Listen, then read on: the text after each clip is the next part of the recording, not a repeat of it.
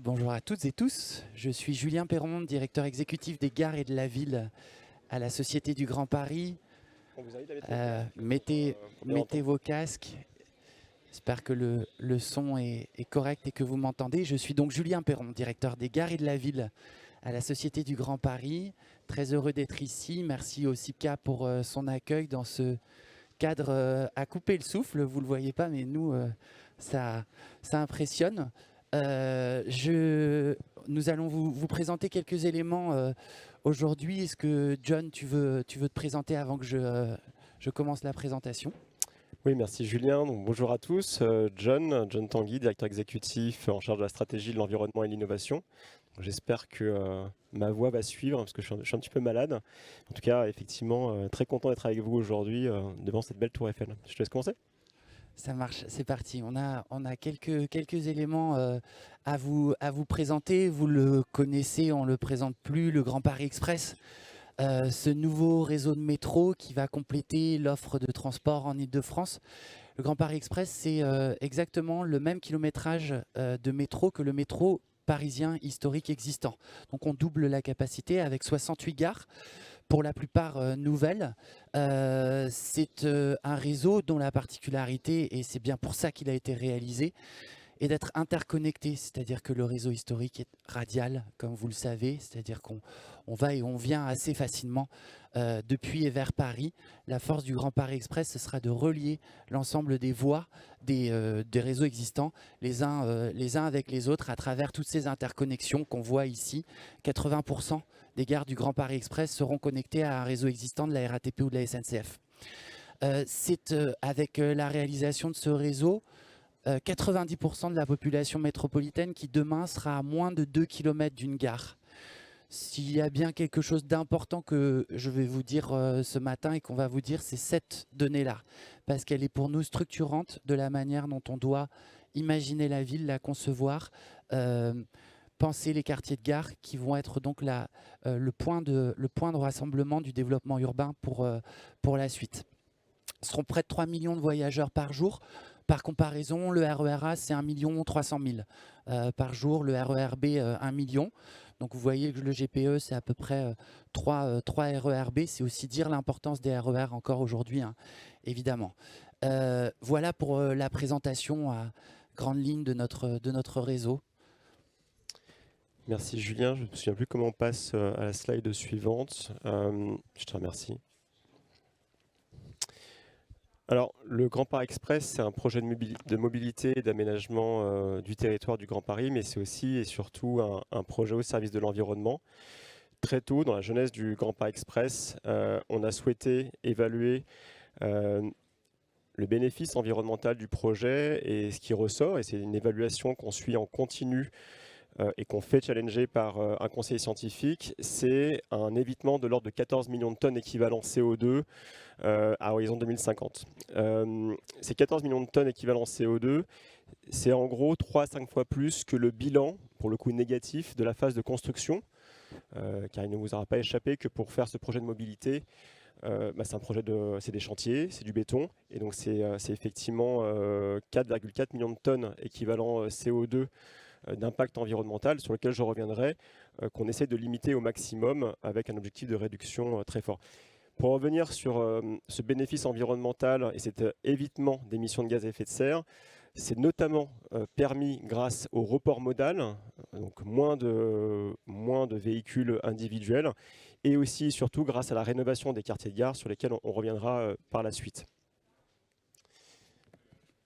Alors, on a effectivement un projet qui est au service de l'environnement, mais on souhaite aller plus loin. Tout d'abord, sur la partie construction, on a souhaité réduire les émissions carbone de la phase construction de l'ordre de 25%.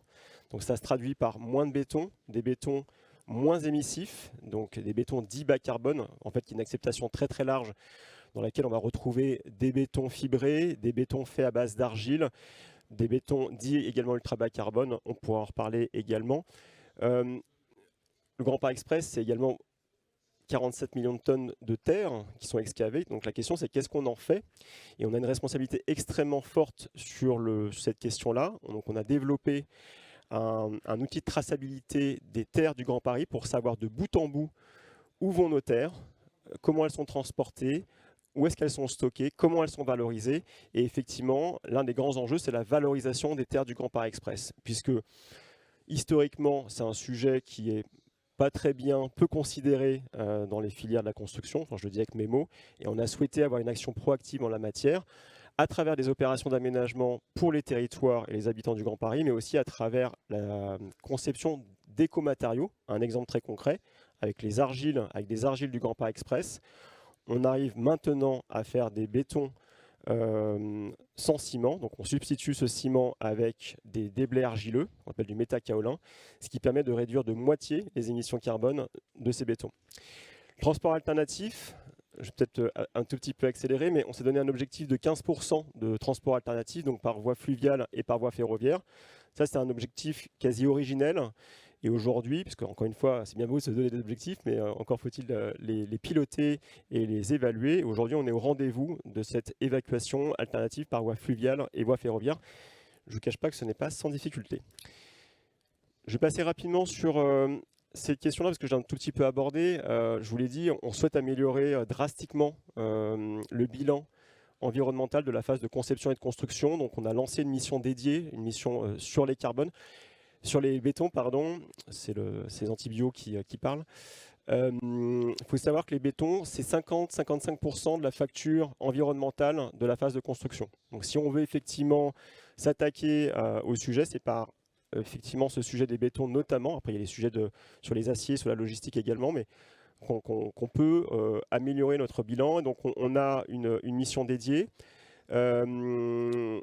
On expérimente des choses en matière d'économie circulaire avec la valorisation des déblais argileux, ça je l'ai déjà évoqué. Et ce qu'on peut dire aujourd'hui, quand on fait le bilan à date, sur tous les marchés qui sont en cours et passés, 90% effectivement du projet est déjà réalisé avec des bétons dits bas carbone. Julien ? Oui, je reprends. Vous dire que nous faisons le maximum pour faire de ce projet le projet le plus exemplaire, avec les incidences et les conséquences les mieux comprises, les mieux contenues. À l'image de ce que vient de dire John, l'approche que nous avons eue sur la conception du métro lui-même, la réalisation des gares avec cette commande architecturale, 38 agences, travaillent sur les 68 gares. Donc on a une très grande diversité. La clé, l'approche, le sens de notre action est de prendre en compte les territoires avec l'ensemble de leurs spécificités, le plus possible. Chaque territoire est différent, il y a des secteurs où on arrive, il n'y a absolument rien. Il y a d'autres endroits qui sont largement constitués, notamment sur la ligne 15. Nous nous raterons à la Société du Grand Paris si nous ne prenons pas ces spécificités territoriales en compte. Cette image qu'on aime beaucoup à la SGP est une composition, c'est vraiment le composite du Grand Paris tel qu'il est aujourd'hui, avec évidemment des éléments emblématiques de Paris, mais aussi beaucoup d'éléments propres à l'approche couronne, notamment les choux de Créteil par exemple, ou la tour de Pleyel. On voit aussi la Défense et l'aéroport de Roissy. Voilà comment on a imaginé les choses. La contribution de la Société du Grand Paris sur les fonciers dont Antoine va vous parler tout de suite, c'est de faire en sorte que nous développions des projets immobiliers qui sont par définition les mieux placés, puisque ce sont les emprises du chantier, et donc c'est les emprises qui sont au-dessus de la gare ou en face de la gare qui vont être développées par la SGP et qui doivent donc être, non seulement parce qu'on est un établissement public, mais aussi compte tenu de leur localisation, les mieux réalisées possibles. Ça nous oblige. Et donc c'est ce que montre cette illustration, c'est la composition de la gare existante avec la gare nouvelle, de la ville existante avec la ville projetée, et tout ça avec ce lien qui est essentiel pour nous, qui est l'espace public, et le travail que nous allons réaliser sur l'espace public. À vous. Merci Julien. Alors...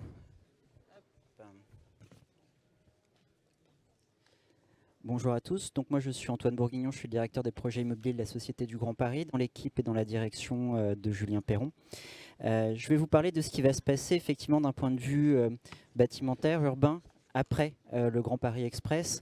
Comme l'indiquait Julien, nous avons acheté, pour les besoins du Grand Paris Express, un certain nombre d'emprises, beaucoup de fonciers, partout en Île-de-France. Je vais faire un pas en arrière. 68 nouvelles gares, la ville marchable, dans un rayon de 800 mètres, ça représente une ville qui est appelée à muter par l'arrivée de cette infrastructure de transport de 140 km². C'est 1,5 fois la taille de Paris, c'est absolument gigantesque. Sur ces 140 km² qui vont être travaillés, qui sont en train d'être travaillés, la PUR a identifié que 32 millions de nouveaux mètres carrés de surface de plancher allaient être construits. Certains sont déjà en cours de construction, certains sont déjà en cours de livraison, d'autres sont en cours de conception. Mais ce qui va se passer dans ces quartiers de gare est absolument massif.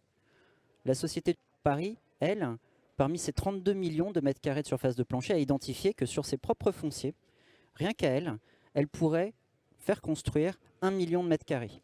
1 million de mètres carrés, c'est à la fois peu sur les 32 millions de mètres carrés qui seront bâtis dans ces futurs nouveaux quartiers, mais c'est aussi beaucoup. Et c'est en ce sens que ça nous oblige. Nous sommes un établissement public et nous souhaitons que ces projets soient véritablement exemplaires d'un point de vue environnemental, mais aussi d'un point de vue social et des nouveaux usages.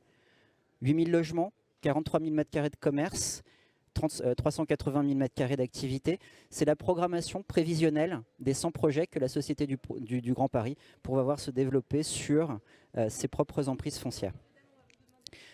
Alors, comment ça va se passer? Comment est-ce qu'on va s'y prendre pour tenir ces ambitions extrêmement fortes que l'on assigne, nous, Société du Grand Paris, à ce million de mètres carrés à édifier sur nos fonciers? Nous avons décidé de participer au projet aux côtés des promoteurs, donc aux côtés d'un certain nombre d'entre vous, pour y porter un certain nombre d'ambitions. Et dans un premier temps, avant d'ouvrir une consultation, nous allons définir les programmes de chacun de ces fonciers. Nous allons les définir avec les collectivités sur la base d'un référentiel environnemental et sociétal que vous avez pu voir être publié. On l'a publié pour la première fois numériquement le 22 juin dernier lorsque nous avons lancé notre AMI architecte et paysagiste. Il est sur le site de la Société du Grand Paris et Audrey vous le détaillera plus avant dans quelques instants.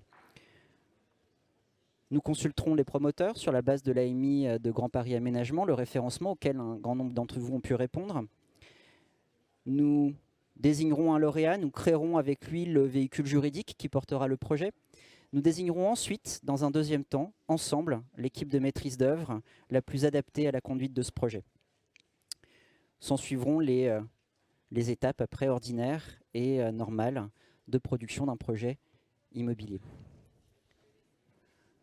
Le référentiel environnemental dont Audrey va vous parler, c'est un guide général. C'est un guide général qui marque l'ensemble de nos ambitions. Pour les atteindre, nous allons le décliner projet par projet. Suivant toujours la même méthode, nous en tirerons des cahiers d'objectifs de performance environnementale, architecturale, sociale, d'usage. Ces objectifs seront travaillés avec les promoteurs dans le cadre des consultations et puis seront contractualisés et nous nous assurerons de leur bon suivi ensemble lors de l'exécution du programme. Parfait. Bonjour à tous. Voilà. Je vais vous présenter aujourd'hui notre référentiel environnemental et sociétal pour la réalisation des projets urbains et immobiliers de la Société du Grand Paris. Parce que les futurs quartiers de gare seront accessibles à tous, deviendront des lieux de vie. Nous avions un enjeu majeur de garantir la durabilité et la pérennité des immeubles que nous allons participer à construire, comme l'évoquait Antoine, dans le cadre d'opérations en copromotion. Et ce référentiel est pour nous une réelle garantie que nos projets deviennent des lieux où l'on puisse habiter, travailler, consommer et s'épanouir. Il se découpe en 4 grands objectifs. Le premier étant l'intégration de la biodiversité comme une composante urbaine. Le second, la réduction de l'empreinte carbone et l'économie des ressources. Le troisième étant la meilleure manière d'offrir un cadre de vie durable et résilient. Et enfin, et pas des moindres, comment favoriser le partage et l'inclusion. L'ensemble de ces objectifs, donc ces 4 grands objectifs, vont se décliner en 26 fiches actions.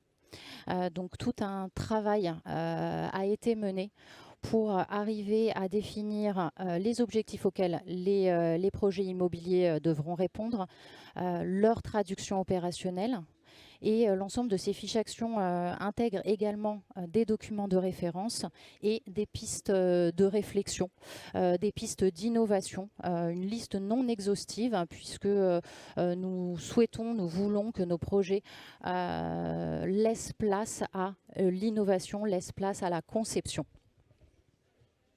Hop. Et je vais du coup en profiter pour vous détailler le premier de nos objectifs, donc intégrer la biodiversité comme une composante urbaine. Vous le voyez ici, l'un de nos enjeux majeurs, mais c'est loin d'être le seul, c'est d'atteindre un coefficient de biotope par surface de 0,4 moyen à l'échelle du réseau. Donc notre enjeu, c'est de donner toute sa place à la faune, de renaturer, de favoriser l'intensité et la qualité de la végétalisation. C'est également pour nous un enjeu majeur de bien choisir les espèces qui s'intégreront sur les toitures végétalisées en cœur d'îlot et qui participeront finalement de la reconnexion de trames urbaines. Je passe maintenant au second objectif, donc la question de la réduction de l'empreinte carbone. La réduction de l'empreinte carbone, on l'a vu en première partie, c'est un des enjeux majeurs de la Société du Grand Paris et donc du Grand Paris Express. Ça l'est et ça le sera aussi pour la réalisation de nos projets immobiliers. Donc comment décarboner la construction, comment assurer aussi beaucoup plus de flexibilité dans la réalisation et dans la construction de nos immeubles. Ça passe notamment par la réalisation de structures en poteau-poutre. Donc au-delà de l'économie de matières premières, on a aussi un enjeu majeur de travail sur la flexibilité, la réversibilité des bâtiments qui sont favorisés via ce biais. Et bien évidemment, on ne peut pas oublier l'utilisation de matériaux biosourcés, donc qui correspondent à notre engagement de réaliser 70% de nos projets en matériaux biosourcés, dont 50% en bois. J'en passe maintenant à la partie confort, on va dire. Donc, comment offrir un cadre de vie confortable et résilient. On l'a vu, et notamment avec la crise Covid, nous avons tous devant nous un enjeu majeur qui est celui d'assurer et d'apporter plus de qualité et plus de confort pour nos logements. Cela passe par notamment les espaces extérieurs. Et la qualité de ces espaces extérieurs. Et c'est bien pour ça que nous nous engageons pour la réalisation de nos projets à assurer des espaces extérieurs, qu'ils soient privatifs ou collectifs, sur l'ensemble de nos projets. Et finalement, c'est aussi via cette impulsion qu'on aura une traduction architecturale extrêmement intéressante et variée dans nos quartiers de gare. Et enfin et pas des moindres, tout ce travail qui a été mené sur le référentiel environnemental et sociétal, il a été fait dans une optique, c'est la qualité de vie dans les futurs quartiers de gare. Cela passe bien évidemment par un enjeu majeur de mixité sociale qui finalement est déjà extrêmement porté par le Grand Paris Express, puisque nous allons desservir 42 quartiers en politique de la ville. Donc nous nous engageons aussi à participer à cet effort de mixité et de diversité avec la réalisation de 30% de nos projets dédiés à du logement social ou à du logement intermédiaire. Également, et parce que la culture et la diffusion de la culture nous tient particulièrement à cœur, nous réserverons 1% de ces logements pour des ateliers logements d'artistes.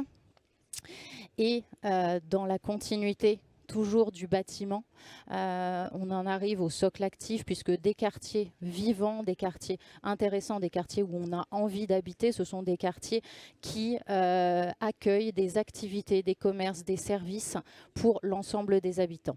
Et c'est bien pour ça qu'on souhaite porter et pousser cette diversité en dédiant 10% de nos commerces à l'économie sociale et solidaire.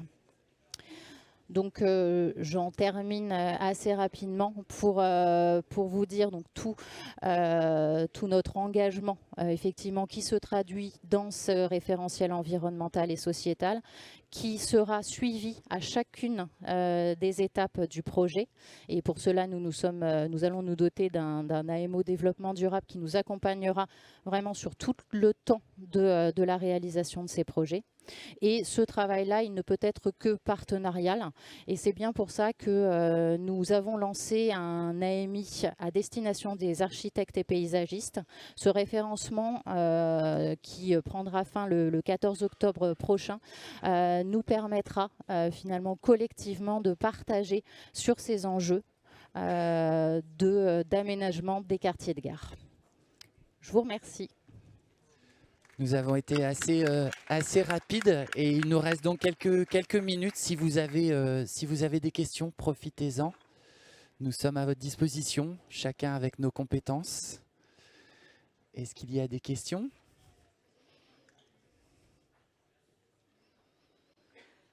Tout est bien. Nous vous souhaitons une bonne journée, un bon salon.